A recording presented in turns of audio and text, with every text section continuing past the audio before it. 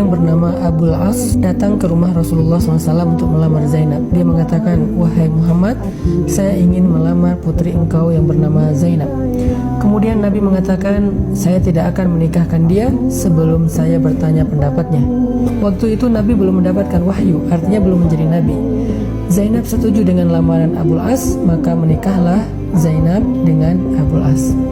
Selang beberapa lama kemudian, Rasulullah SAW mendapatkan wahyu dan dilantik oleh Allah sebagai Nabi.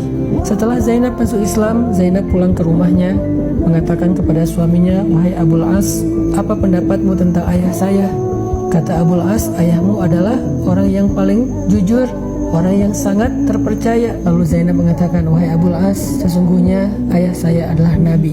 Dia mengajarkan kebenaran tentang agama, bahwa tidak ada Tuhan selain Allah dan dia adalah utusan Allah." Abul As kaget. "Apa yang kau katakan, wahai Zainab?" "Wahai Abul As, apa yang disampaikan ayah saya adalah kebenaran, dan saya pun telah meyakini kebenaran itu bersama ibu saya Khadijah.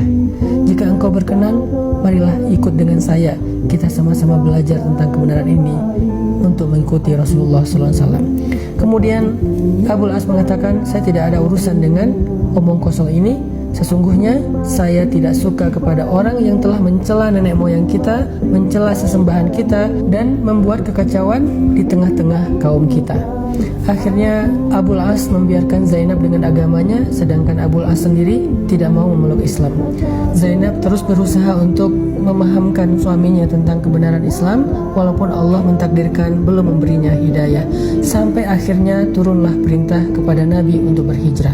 Ketika kaum muslimin satu persatu berangkat berhijrah ke kota Madinah, dan yang terakhir Rasulullah SAW juga dapat perintah untuk berhijrah bersama Abu Bakar, Zainab bertanya kepada Rasulullah, "Ya Rasulullah, apakah saya perlu berhijrah ke kota Madinah sedangkan suami saya masih dalam keadaan belum beriman?" Nabi mengatakan, "Wahai Zainab, tunggulah, tetaplah kamu bersama dengan suamimu di kota Mekah." Akhirnya Zainab dengan berat hati harus menetap di kota Mekah bersama dengan suaminya, dan dia terpisah dengan ayahnya tercinta Rasulullah SAW.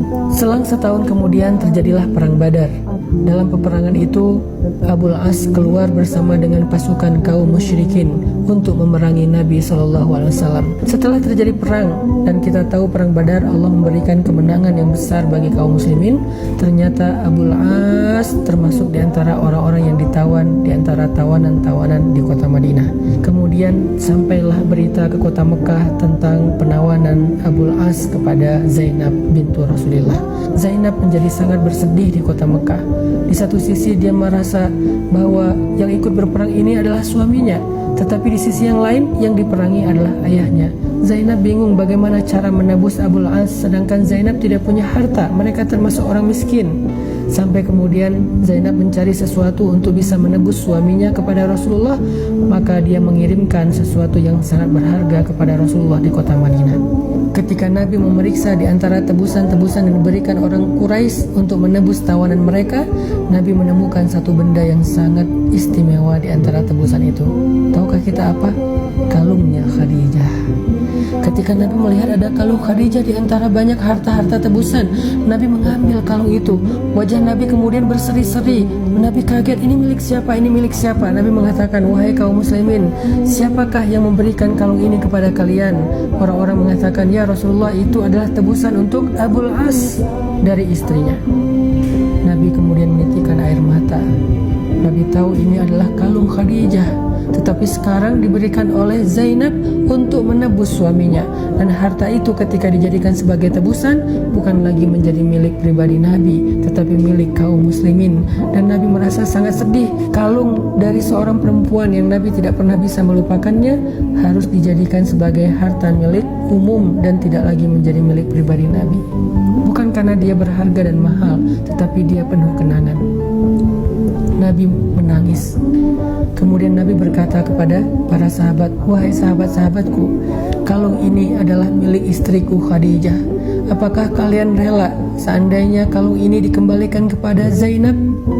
Atau jika kalian merasa enggan, maka aku akan biarkan kalung ini menjadi harta tebusan." Semua mereka sadar dan mengatakan, "Ya Rasulullah, kami tidak akan mengambil sesuatu yang berharga di hatimu.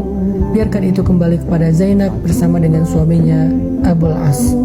Akhirnya Nabi tersenyum dan bahagia kalau itu dikembalikan kepada Zainab.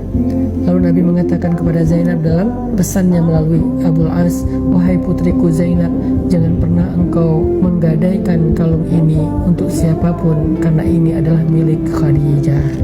Ini adalah cinta Nabi kepada Khadijah. Kemudian tidak lama setelah itu turunlah perintah dari Allah Subhanahu wa taala untuk menyuruh Zainab bercerai dengan Abul As, karena tidak boleh perempuan beriman menikah atau tetap menjadi istri bagi seorang laki-laki yang kafir kepada Allah Subhanahu wa taala. Akhirnya Zainab pun untuk terakhir kalinya membujuk Abul As, "Wahai Abul As, suamiku tercinta, maukah engkau ikut bersamaku ke kota Madinah dan beriman kepada Rasulullah sehingga kita tidak perlu bercerai, kita tetap menjadi keluarga yang utuh?" Abul As mengatakan, "La, tidak, saya tidak akan mau beriman kepada Muhammad." Akhirnya dengan terpaksa dan sedih hati Zainab berhijrah ke kota Madinah dalam keadaan menjadi jandanya Abul As. Sampai di kota Madinah, Zainab dilamar oleh banyak laki-laki selama 6 tahun berturut-turut. Satu persatu datang ke rumah Nabi melamar Zainab karena mereka tahu keistimewaan dari putri Rasulullah. Semua mereka ingin menjadi menantunya Rasul, tetapi semua lamaran itu ditolak oleh Zainab. Kenapa? Zainab belum bisa melupakan Abul As. Zainab masih berharap suatu saat Abul As akan datang untuk merujuknya dan masuk Islam. Sampai suatu hari Abul As bersama rombongannya berangkat ke Syam untuk berdagang.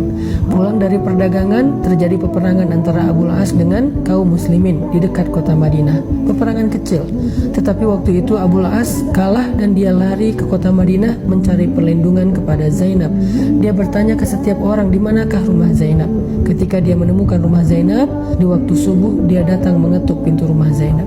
Ketika Zainab membuka pintu rumahnya, dia melihat Abul As, mantan suaminya, ada di depan pintu rumahnya. Sehingga Zainab penasaran dan bertanya, "Wahai Abul As, apakah engkau ingin masuk Islam dan ingin merujuk aku?"